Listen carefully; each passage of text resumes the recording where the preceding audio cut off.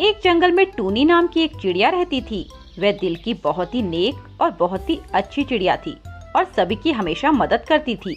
जब भी कोई मुसीबत में होता तो वह उसकी मदद जरूर करती थी। उसकी इस नेक दिल की वजह से जंगल के पक्षी भी उससे बहुत प्यार करते थे। एक दिन टूनी चिड़िया रास्ते में कहीं जा रही होती है कि वह देखती है कि कालू कौवा अपने छत की मरम्मत कर रहा है। अरे कालू भैया, क्या हुआ? आप इतनी तेज धूप में क्या कर रहे हो? कुछ नहीं टेढ़े चिड़िया, वो मेरे घर की छत जरा सी कमजोर हो गई थी तो उसकी ही मरम्मत कर रहा हूँ। अरे कालू भैया, मैं भी आपकी मदद कर देती हूँ, जिससे काम जल्दी खत्म हो जाएगा। अरे नहीं टूनी, मैं खुद ही ये कर लूँगा। कालू भैया, धूप बहुत तेज हो रही है और आप ज्यादा देर तक धूप में रहोगे तो बीमार हो जाओगे। मेरी बात मानो और मुझे भी आपकी मदद करने दो, काम जल्दी खत्म हो जाएगा। ठीक है टूनी, तुम मेरी मदद करवा दो, पर टूनी ठीक करवाने के बाद तुम मेरे घर चलना होगा। मैं तुम्हें कुछ मिठाई खिलाऊंगा जो तुम्हें बहुत पसंद आएगी। ठीक है भैया। और टूनी चिड़िया उस घर की छत को ठीक कर देती है। टूनी अपने घर पर आ जाती है और वह बहुत खुश होती है। लगता है आज रात को बहुत तेज तूफान आने वाला है। मैं सभी को बोल देती हूँ कि वे सभी अपना अपना ध्यान रखें। अरे अरे टूनी, क्या बात है बहन, तुम भी ना बस सबकी बिना फालतू में ही चिंता करती रहती हो। तुम्हारी तो कोई परवाह करता नहीं। अरे नहीं बहन, ऐसा नहीं है। ये सभी तो मुझसे बहुत प्यार करते हैं और मैं भी इनसे बहुत प्यार करती हूँ।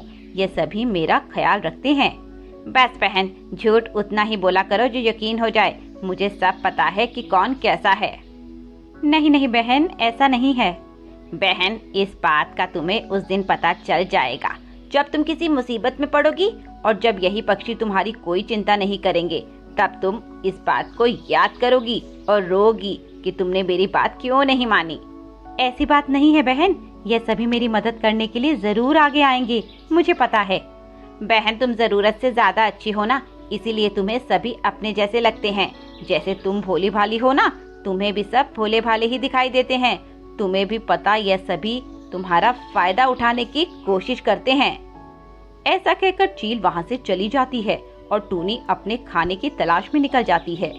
कुछ दूर तक टूनी खाने की तलाश में घूमती रहती है कि तभी वह देखती है कि कुछ कौवे एक तोती को पकड़कर उसे उसका खाना छीन रहे होते हैं।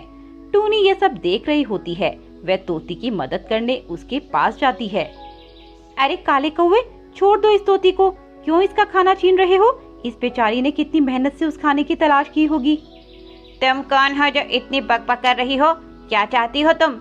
मैं सिर्फ इतना चाहती हूँ कि तुम सभी उसकी मेहनत की चीज उससे मत छीनो, बल्कि खुद मेहनत से खाओ और कमाओ। अरे ये चिड़िया, अपना मुंह बंद कर, कब से बक बक किए जा रही है।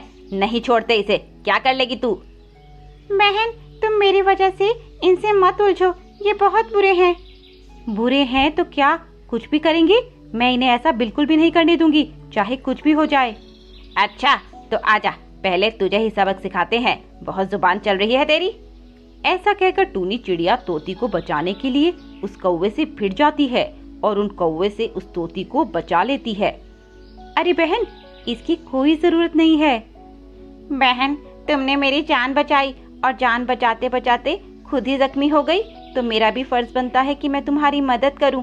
बहन, आज के जमाने में कोई किसी की मदद नहीं करना चाहता और ऐसे में तुम बिना किसी जान पहचान के सबकी मदद करती रहती हो। बहन, कभी भी तुम्हें मेरी जरूरत पड़े तो मुझे जरूर याद करना, मैं तुम्हारी जरूर मदद करूंगी बहन। हाँ हाँ बहन, क्यों नहीं। जब वह अपने घर की ओर जा रही थी तो वह देखती है कि उसका पड़ोसी कबूतर जोर जोर से रो रहा होता है। वह उसके पास जाकर पूछती है, कबूतर भाई, क्या हुआ? आप रो क्यों रहे हो? क्या बताऊं बहन, मैं बहुत मजबूर हूँ।